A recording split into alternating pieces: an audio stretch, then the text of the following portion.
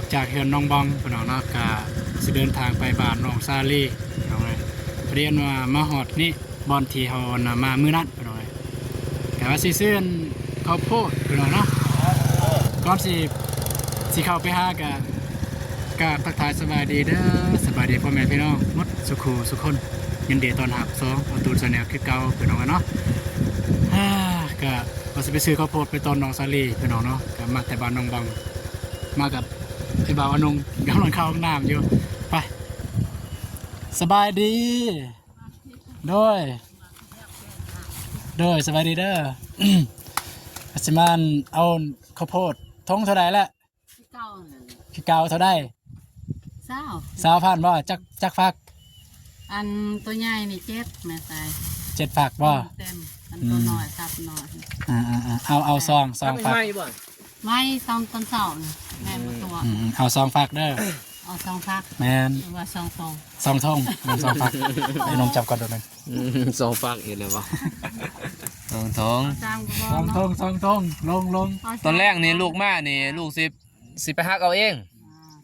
สดเลย สดๆนะสิไปฮักแต่นั่นพี่น้องฟันเลยเอาตัวสุกเลยเนาะเอาแล้วไปน้องเนาะกินเอาเลยจะอย่างเท่าใด10,000ได้เท่าใดได้2อันบ่แม่ให้3เลยโอ้ขอบใจเอาแล้วได้มาเลยเราเห็นทำไปทำบุญเลยแล้วก็ทำบุญเขาโตนี่แหละการสิ่งการเฮ็ดบุญได้มันก็สอนเต็มหมดเบิ่งหันโดยนี่กับสิไปแจกเข้าแล้วสิให้เขาแม่ก็เลยบุญนำเอาหมดเลยก็เถินนี่ขอโมบุญนำเอาไปเลยซะมีธงบ่ใส่ธงเอาไปเลยมาเลยซะนี่เราต้นเราต้มตอนเช้าเหมือนบ่ตัวเนาะโดยพี่น้องเลยหักตอนเช้าหักตอนแรกหั่นเล็กๆหั่นขาแล้วเล็กแรกกำลังเฮ็ดใหม่นี่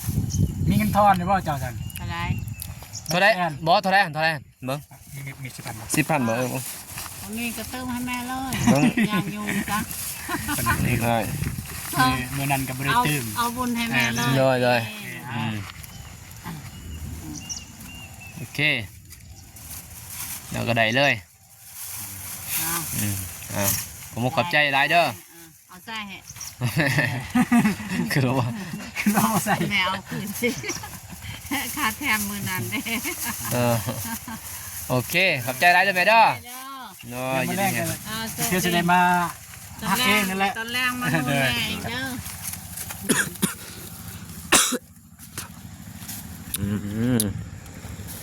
เป็นวัดพี่น้องเลยโอเคใช้ลายเบาเนาะสบายดีเด้อพี่น้องเลยเนาะไปเดินทางบ้านน้องสาลีไปเจอกันที่พุ่นแล้วนะเป็นไข่เลยไปอันนี้ไอ้เบานงพุ่นก็เป็นไข่ก็ยังลุยงานไปเจอกันที่พุ่นเลยโอเค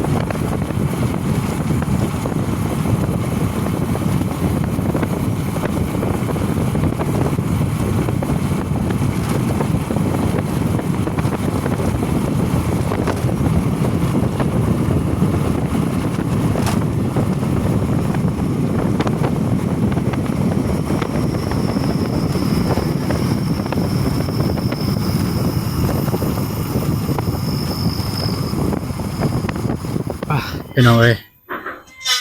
เปิดภาพมาทีบ้านน้องสาลีถึงแล้วพี่น้องเนาะเป็นทีพอแล้วอยู่บ้านน้องสาลีพี่น้องเนาะเดินทางมาแต่ปุ่นแต่บ้านน้องบอง มาฮอดพี่ไปหน่อยโอ้มืดครึ้มขนาดนั้นนี่เมฆหมอกลงไปหน่อยเสียงกับบรรยากาศการไทยหน้าดำหน้าไปหน่อยเนาะนี่บางคนก็กำลังไปสวนสบายดีเด้อไปใส่ สู่ไทย อ่าฝนตกไปหน่อยเนาะไปก็มาหาทางน้องสาลีก็มาเบิ่งมาอัปเดตเบิ่งทางไอ้สร้างแดงเพิ่นเฮ็ดเฮือนครัวฮอดใส่แล้วไปหน่อยเนาะเพราะว่ามื้อนี้นี่เพราะว่าไอ้นุ่งเพิ่นสร้างแล้วไม้นำไอ้สร้างแดงไม้แป้นปูรู้ว่าไอ้สร้างแดงเพิ่นปูแล้วบ่หรือว่ายังไปหน่อยเนาะไปเบิ่งนํกันเลยไปหน่อยเนาะปูแล้วไปหน่อยยังบ่ทันแล้วแต่ว่าเริ่มปู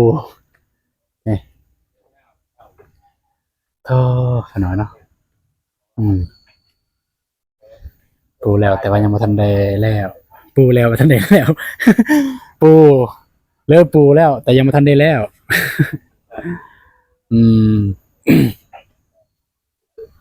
ก็มีอุปสรรคแต่เฮ็ดช่วงนี้ฝนตกพี่น้องเนาะทางไอ้สร้างเฮาก็ได้เฮ็ดแหน่บ่แน่เพราะว่าฝนตกช่วงนี้บ่ได้เด้อ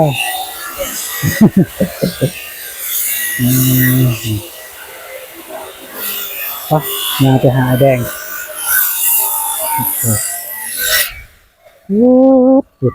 ปุดสบายดีเด้อแดงเด้อ โอ้ยสบายดี เด้อ สบายดี คิดว่าครบเลยบ่ใหม่นะ ไม่บ่ แม่นใหม่เป็นปูนี่ ครบแล้วครบเลยเนาะแล้วเนาะมื้อนี้เนาะ โอ้ ปูนี่แม่น แล้ว แล้วเนาะตัดแล้วก็มีแต่ย้ายปูเลย เด้อยังแต่พุ่นแล้วเนาะ แม่นมื้น ตอนนั้นมื้ออื่นเนาะ แม่น ประเดี๋ยวมื้ออื่นก็พอดีไปเอาอันนั้นเลยสังกะสีนำไปบ่าวนุ่ง ผมครบเด้ วงกบบ่อันนี้ยังบ่ฮู้กันก็เดี๋ยวถามบ่าวนุ่งเพิ่นว่าจังไดมื้ออื่นเลยบ่หรือว่าเพิ่นสิว่าจังไดแล้วว่ามื้อฮื้อ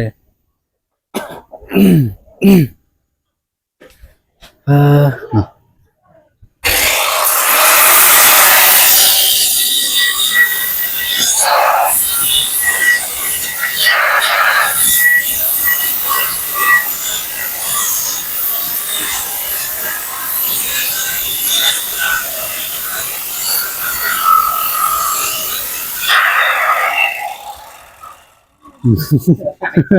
เกือบ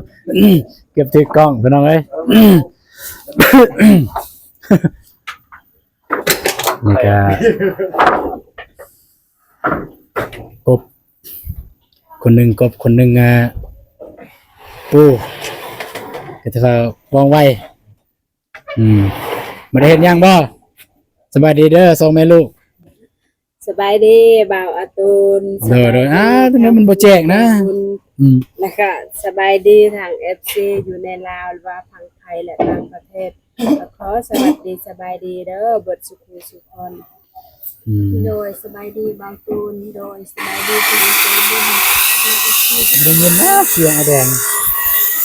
โดยสบายดีบ่าวตูนโดยสบายดีที่ใจบุญและทุกท่านไม่ว่าอยู่พังลาวและพังไทยหรือต่างประเทศหรือคนอยู่ในบ้านก็ขอสวัสดีสบายดีเด้อเบิดสุขสุขคน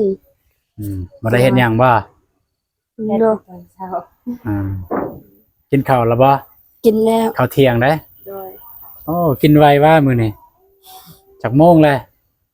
12 โมงทางสร้างได้กินแล้วบ่ โดยบ่ตูนก็ได้ซื้อน้ำมะกะโพดแต่ว่าไปต้มให้สร้างกินน้ำกันนี่แหละเพิ่นไปเอามะกะโพดโดย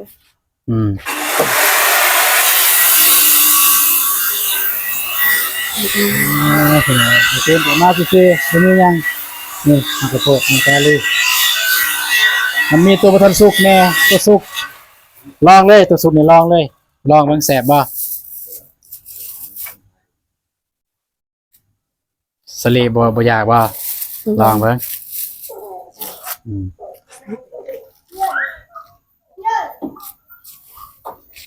ก็พอได้กินอยู่บ่อยู่นี่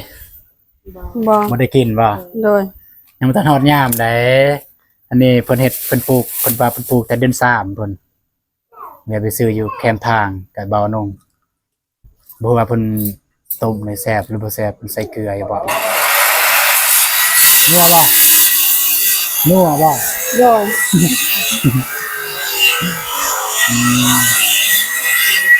จะเรียกไปให้สร้างนี่เป็นปักพรก่อนกินอันนี้ก่อนคนย่างเลยไปนำกันเลยเจ้าไปให้สร้าง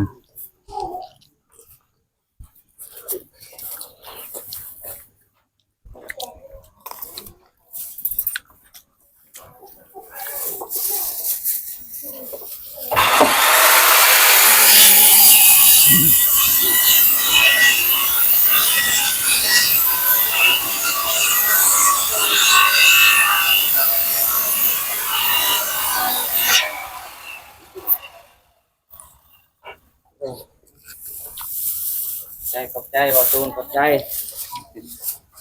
มากระโพดเลยว่ะมากระโพดอยู่บ้านบ่ แมน แต่ เขา ไว้ ก็พูดกัน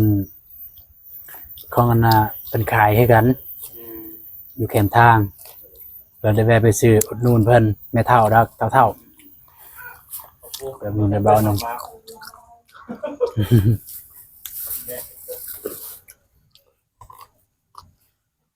ยังซองทงหั่นกะเอาไปต้มเด้อให้สร้างมันกินแล้วกินนำกันนั่นแหละ โดย กินกับพ่อเฒ่าแม่เฒ่าพ่อตู่แม่ตู่ลูกหลานผู้เล็กผู้เด็กผู้เป็นเด็กเป็นเล็กอะนะเด็กน้อย ลูกเจ้าอะนะ โดย ได้ยินข่าวว่าเจ้าสิเอาผัวใหม่วะ บ่ เอาอีดี นี่ อืม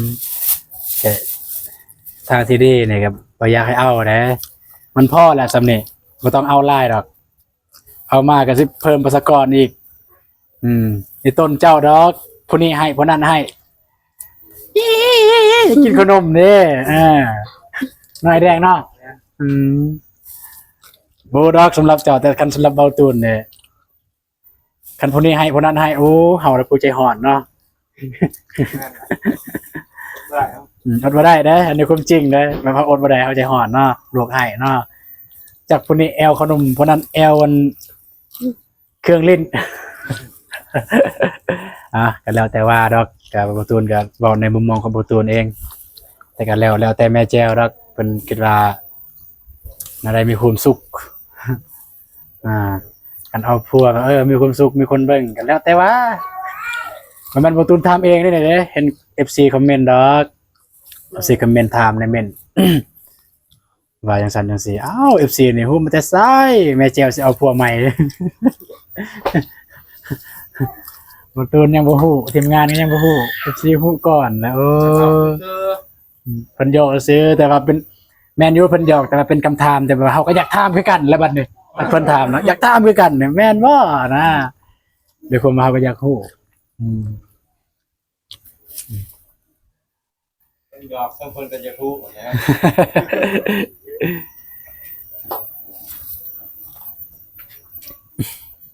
ห้องน้ำเนี่ยแม่นอยู่คอกไก่พุ่นแล้วเนาะแม่นบ่อยู่ลกไก่เพิ่นห้องน้ำอยู่ลกไก่เลยก็แต่ว่างบนำเบาตูนนี่บ่มีแต่นำเบาโก้มีจำนวน 5,000 บาทพี่น้องเอ้ยก็ประมาณอยู่3 ล้าน3 ล้านหั่นก็ให้เบาโก้ดำเนินเลยถ้าคันถามว่าพอบ่พอพี่น้องเอ้ยงบห้องน้ำเนี่ยบ่พอดอก3 ล้านไปซื้ออันน่ะปอกในก็8ปอกแหละปอกละเท่าไหร่ปอกละ200,000 300,000 3บ่ 300,000เบิดเลย8ปอกกันไอ้โบโก้มาดำเนินเลยแล้วก็ทีมงานเฮานี่แหละคันทันก็ได้มาขุดซอยน้องซาลีกับแม่น้องซาลีบ่ซันกันสร้างว่างก็จับสร้างมาขุดเลยเดี๋ยวน้องกันเนาะก็จะได้ความรู้สึกแบบว่าซ้ำซาแล้วเฮือนแหน่เนิ่นนานบ่หรือว่าจังได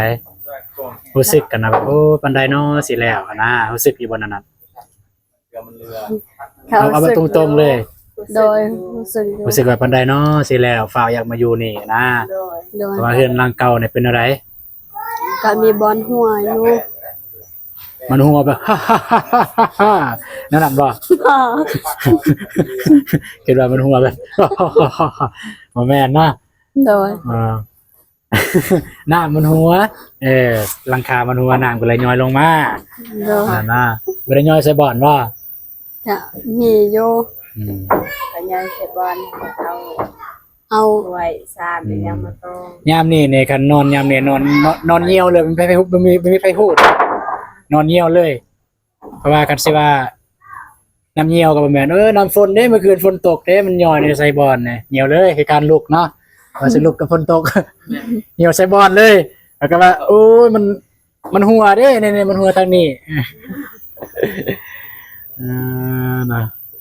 ไปหน่อยเนาะยังไล่ว่าวันที่พระเจ้าสิขุดนะ ลายเตอร์พอดพุ่น ฮอดใส่ เพื่อนหัว ฮอด ฮอดพุ่นเลยบ่ โดย อ๋อเพิ่นสิเทฮอดพุ่นเนาะแม่นบ่เอาสิไปใส่หั่น เอาไว้สิคน สิขุดขุดดำเนินสืบต่อภารกิจขุด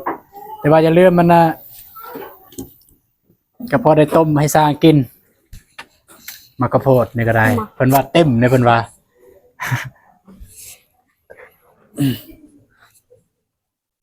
กสิถามแม่แจวเนี่ยรู้สึกจึงได้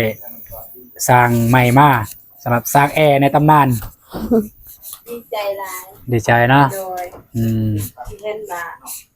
สร้างที่แม่นว่าแม่มาใหม่แต่ว่าเราเป็นขยันคือกัน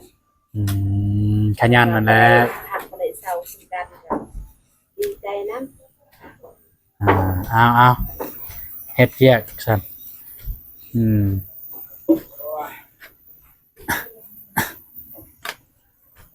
น้องสลีนี่เคยเฮ็ดนาบ่เคยเฮ็ดนาบ่บ่เคย บอของเขาบ่เคยมีนะ ของเจ้าบ่เคยมี โดย เพิ่นบ่เคยมีของเจ้าเนี่ยบ่มีนะ โดยบ่มี อ่า บ่เคยมีเนี่ยบ่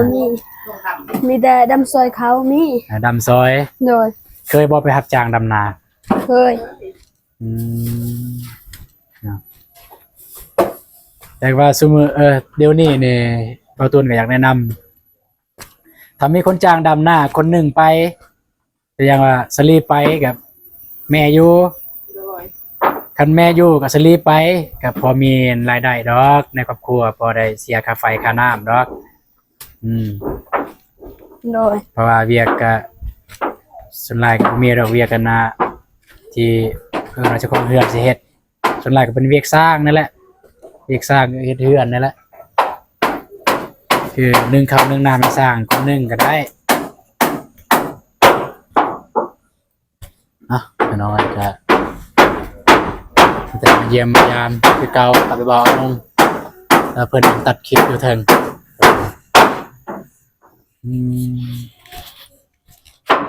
ก็มาเบิ่งการเฮ็ดเวียกภาพรวมเกินมาภาพรวมอยู่นี่เฮ็ดหยังแหน่แม่นกสลีกับสลีเฮ็ดหยังแหน่ทางสร้างเฮ็ดหยังแหน่พี่น้องเนาะเพิ่นพี่น้องเปิดพี่น้องบรรยากาศดำนาคือเก่าพี่น้องเอาเรื่องวิวหลักล้านบ้านน้องซาลีทำแบบคักสุดแล้วพี่น้องสบายดีเด้อน้องไปดีพี่น้อง จมลงมาสบายเลยบางทีเราจะได้กลับไว้แล้วเฮาเนาะ ครับเพิ่นนอน เพราะว่า ประเด็นนี้เนี่ย เพราะว่ารู้สึกออดแอดส่วงนี่น้องไอ้เจ้า เป็นใคร แต่สุดท้ายไอ้แดงเพิ่นผู้เพิ่นเดียว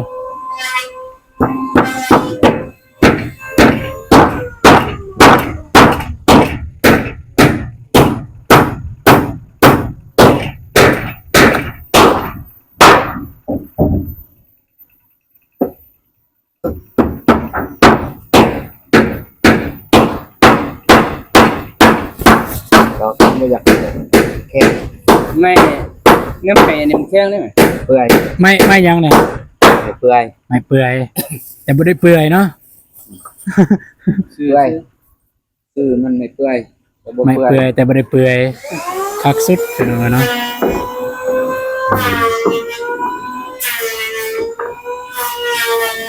มีแต่ว่ามื้ออื่นสังกะสีเนาะ โดย อ๋อสังกะสีแม่นพี่น้อง เมื่อนั้นแล้วว่าได้ปีแล้วมีแต่ทางเราคนไปเลย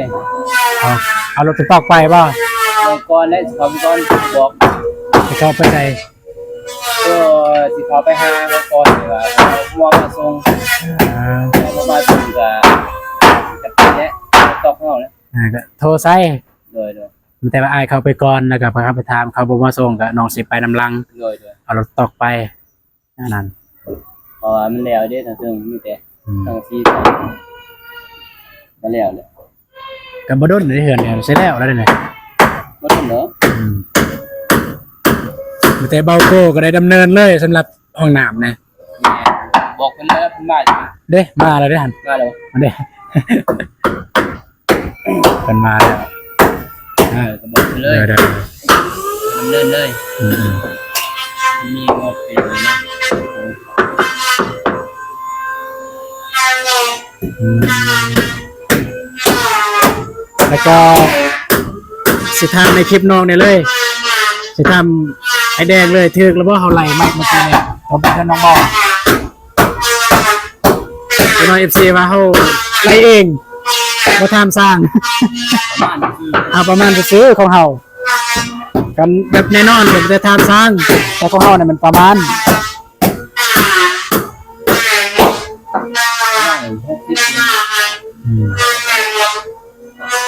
เส้น160ต้องหน่วยยังเลยร้านจะพ่อบ่ก็บ่พ่อบ่แต่จะพ่อ แต่ว่าสิทาไม่แดงไม่เศร้ามันมีบ่ไอแดงก็เป็นหวัดเป็นไอ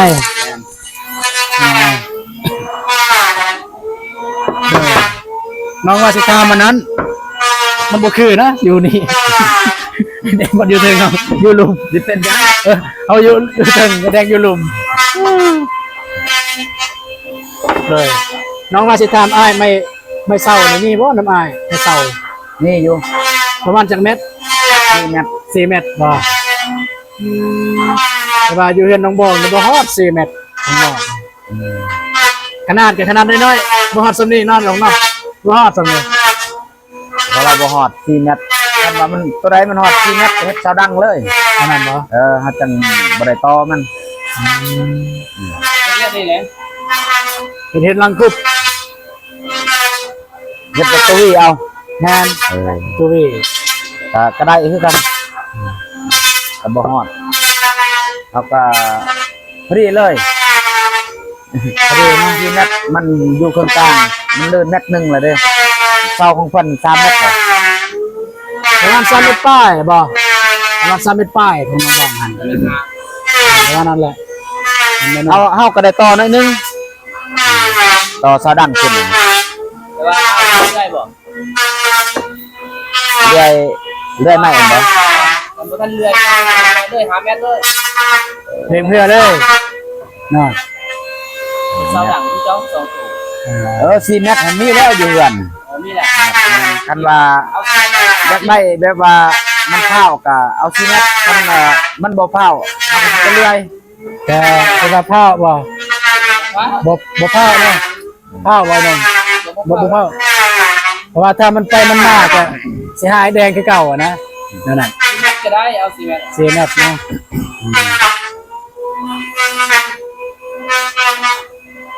แสดงว่าไม่เศร้าเนี่ยมันไม่แดงนี้แล้วเดือนประมาณ7 คน7ไอ้นงว่ะ ได้บ่ ได้ 7 คน 7 ได้หมดอยากได้ซ้ำได้ก็ได้เพราะแต่ว่าไม่มี 3หมองได้บ่ 3ห้องนี่มันก็มันสิถึกห้องนึงมันถึกแปะเสาเลยแหละ แมน นี่แบบนี้ แม่นๆคือจังซี่ยับออกกันนะห้องห้องหนึงยับออกไปพุ่น แต่ว่าตัวนั้นมันเนี่ยเป็นเข้าตู้นั่นเข้าไปนี่แบบนี้ เบิ่งย่างไปเบิ่งเลยไปแดง เนี่ยห้องนึงเลยบนหนัง โอเค ตัวนี้จะแอมเนี่ย นี่แอม แอมแต่ว่าห้องนี้นี่ แอมฮอตนี่ ตัวนี้ก็เฮ็ดอันนี้ไฟ นั่น ตัวนี้มันนี่เข้ามานี่ตัวประตูทางนี้ได้บ่ ได้ แอมกับแอมแต่นี่เลยไปพุ่น มันก็ปินมันก็นอนปินหัวมานี่นะมันปินที่มานี่มันปินที่มานี่ หมอนี่เป็นเต็มอันนี้พอดีงาม หรือว่าแอบแบบนี้เลย แล้วเฮาก็มาคั้นห้องตัวนั้นก็ห้องหนึงนี่ก็ห้องหนึงหันก็ห้องหนึงเป็นทางห้องคั้นจังซั่นแล้วก็มันก็ยากและสับสน สิเข้าสิออกเดือน7เนี่ย เป็นดีเลยได้บ่3ห้อง ได้เขาก็เฮ็ด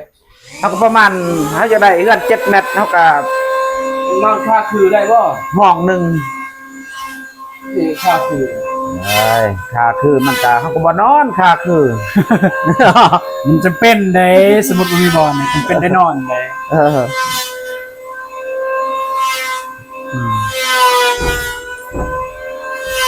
7 เมตร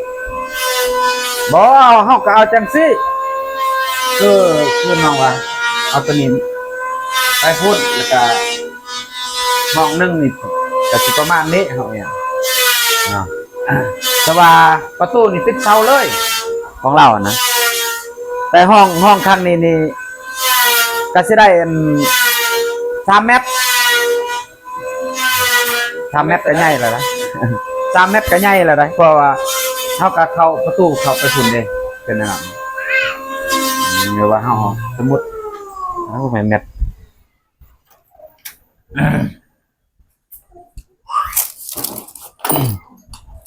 ตามความคิดของเฮาเนี่ยแอมซำนี้เนาะตัดซำนี้มาพี่ แม่นเมตรอยู่นอกเพื่อน7 เมตร เดือน7 เม็ดลองคิดเบิ่ง3 เอา ห้ เฮา อง ก็ว่างห้องเดียวมองที่นั่งหั่นนะ ห้องเดียวเนาะ เอานี่เฮ็ดประตูบนนี้ก็ได้ใหญ่ เออ มอนี่เช้านี่ปินมานี้มันมอนี่กับบนนี้บ่เฮ็ดบนนี้ประตูเฮ็ดบนนี้ แม่นจัง นั่ ซั่ น น ก็ได้เฮ็ดเบิ่งนี้ เอาไปเฮ็ดห้องนี้ เออ มอนี่เฮ็ดบนนี้เอาไปเห็นบ่แล้วมอนี่อันนี้มานี่ซั่นนี้แม่นบ่ แม่นแต่ว่าประตูตัวนี้นี่ยับแปะเสาเลย ประตูใหญ่แปะเสาม อนี่ซั่นนี้ แบบประตูห้องนี่เฮาก็เฮ็ดแปะเสาครั้งนี้ก็ได้จะเปิดออกง่ายเดี๋ยวจะเฮ็ดหน่อย มันจะได้แอมเท่านี้เลยนั่นเท่านี้ เพราะว่าเรื่องส่วน7 เมตรก็กว้างเติบเขาเฮ็ด3 เมตรห้องหนึ่งก็พอแล้วตีนะตีตรงมาถึงลูกตั้งไป ไปข้างมันบ่ถึง7ข้างเดี๋ยว กันนะ ต่อ จะได้6 คูณ 7คนแหล้ว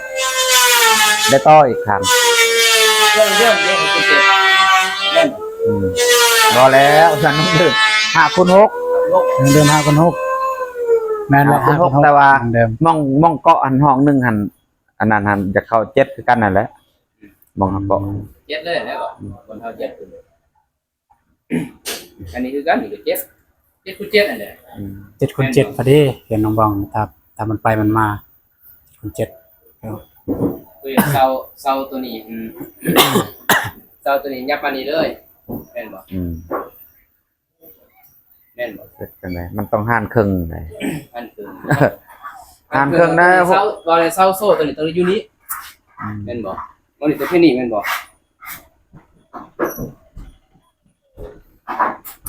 บ่เฮ็ดแบบนี้บ่สไตล์มันบ่เฮ็ดแบบ บ่ได้ นี้ เฮ็ดได้หมดเลย หันแล้วแต่ว่าเฮาแอมเฮายังหั่นนะ แอมบ่ เออ แอมก็เป็นมีเลยแอมคือเก่านี่แหละแอมแต่เราคนละห้องไปซื้อ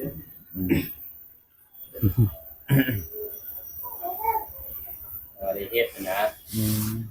ได้ดอกบ่ยากดอกบัดเฮ็ดแล้วมันสิออกเองแทนมัน ออกแบบก่อนมา FC มันบ่ออกแบบได้เสีย ออกแบบก่อนเฮาก็ต้องแต้มพลังก่อนเนาะบ่ให้ FC ส่งอันน่ะเพื่อนเขาเจ้ามาก็ได้มักนั่นแบบเพื่อนจะได้บ่มีไฟเลย บ่มี มีแต่เฮาดิ คิดเอง แบบเอง แบบเอง แบบงบนะงบน้อยเด้ งบหน่อยเฮ็ดตามงบ ผมว่าจะยังทำของ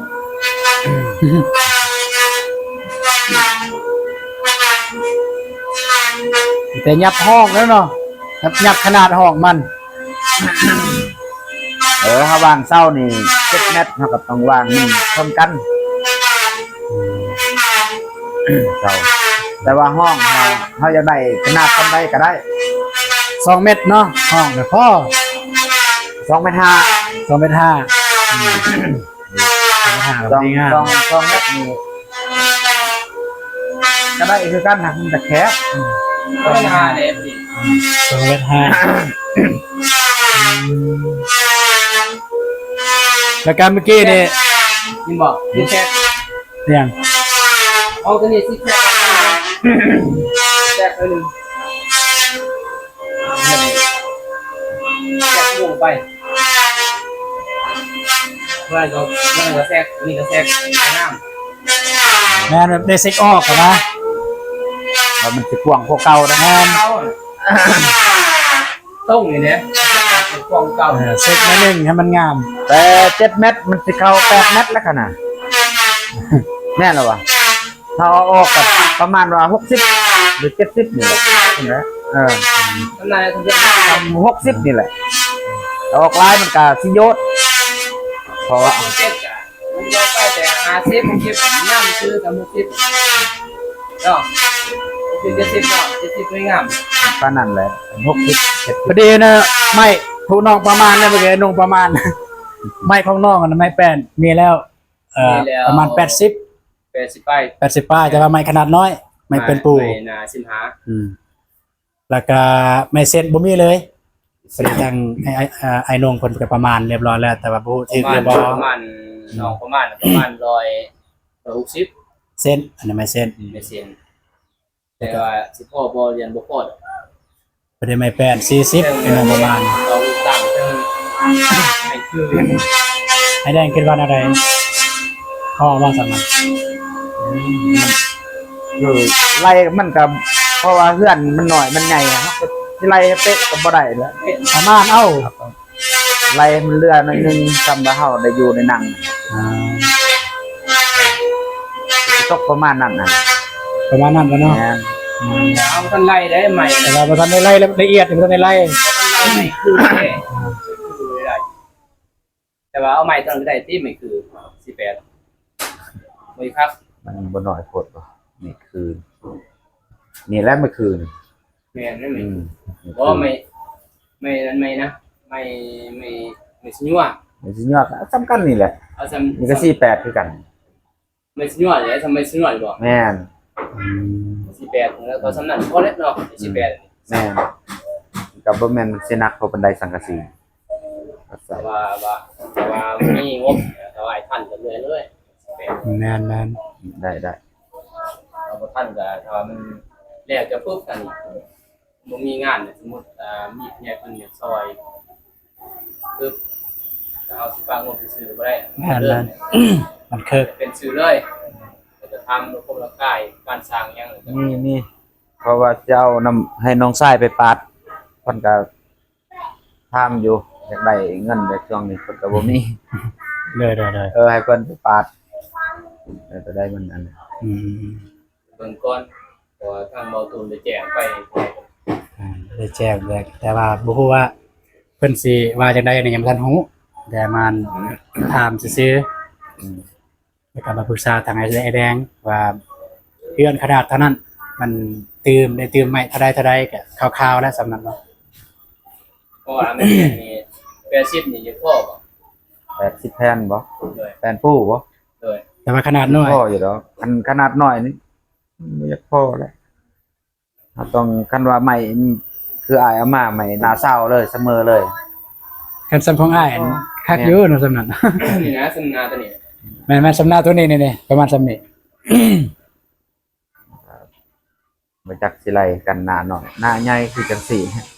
เอาว่าพ่อบางทีเรือเอาว่าเรือบ่ต้นบ่พ่อ มันบ่เฮ็ดทีละน้อยเนาะ แม่น หน้าบัดเฮาเฮ็ดแล้วเฮาจังฮู้ว่าจังไดบ่ บ่ ยา ย่าก นแล้วก็คือเอาไว้แจ้งเพิ่นแน่ว่าประมาณ40แทนนี้ก็ตื่น100เช้าเนาะ ประมาณนั้น วัน100เช้าลองดูปวดว่าไม่คืออันนี้ดีเด้แล้วทางเฮาแม่นเนาะอันนี้แต่ว่าบ่พอนี่ก็บ่มีจบ แม่น โดยเอ้านั่นแหละไอ้แดง โดย รบกวนอายโดยเข้าใจหลายๆเด้อ โดยขอโท โด ษ ยเบิ่งไม่อาย ไม่น้อง ลงอยู่แล้ว เด้อก็ประมาณนั้นแหละไอ้นง โดย เอาเห็นแต่ว่าอายอัปเดตก็สิได้เดินทางเมื่อแล้วเด้อ โอเคเจ็บเลย มันสิค่ำแล้วนะค่ำเนี่ยบ่ว่าดอกปกติก็ค่ำแต่ว่าสุขภาพนี่แหละ นี่ก็ค่ำแหละ ค่ำเลยพอดีงามเลย จะได้เข้าถึงเมืองแล้วครับบางที่ก็บ่ได้เข้าห้างลงบอง อืม มันเห็นก็เขาไปออกซองอยู่เขา เด้อ ที่เขาเอิ้นพุ่นแหละ เอ้าสั่นแหละ เลย เด้อไปไปนอนเนาะก็คลิปนี้ก็บ่มีหยังหลายไปน้องก็มาอัปเดตเบิ่งทางไอ้ซางแล้วก็ทางน้องสลีแม่น้องสลีเห็นหยังแน่มื้อนี้ก็อย่างที่เห็นไปน้องเนาะแล้วก็มาปรึกษานำไอ้ซางสำหรับเพื่อนน้องบองไปน้องเนาะว่าขนาดเท่านั้นมันต้องตื้มใหม่เท่าใดก็คร่าวๆแล้วก็ไอ้ซางแดงเพิ่นก็ว่าประมาณสำนั้นแหละแต่เวลารายละเอียดยังแบบรายละเอียดที่แท้จริงอันนี้ยังบ่ฮู้ว่ามันต้องเป๊ะเท่านี้เท่านั้นอันนี้ก็เป็นประมาณเอาซื่อๆเด้อเพิ่นว่าเนาะก็ตามนั้นแล้วก็มาตามไม้เซานะไม้แดงมันเพิ่นมีแล้วไม้เซาก็คือเซาตัวสองต้นเนี่ยสำหรับคลิปนี้บ่ตูนก็สิขอจบคลิปเพียงเท่านี้ก่อนอื่นหมดก็ต้องขอขอบคุณใจทางผู้ใหญ่ใจบุญและก็ FC ทุกท่านที่ติดตามรับชมคลิปของบ่ตูนแต่ต้นจนจบเนาะจะได้ก็ขอให้ผู้ใหญ่ใจบุญและก็ FC ทุกท่านจงมีสุขภาพแข็งแรงอายุมันควรยืนปรารถนาสิ่งใดก็ขอให้ได้สิ่งนั้นพอกันไหมคลิปหน้าคลิปนี้เอาตูนขอกล่าวคำว่าสบายดีเด้อพี่น้องเนาะไปแล้ว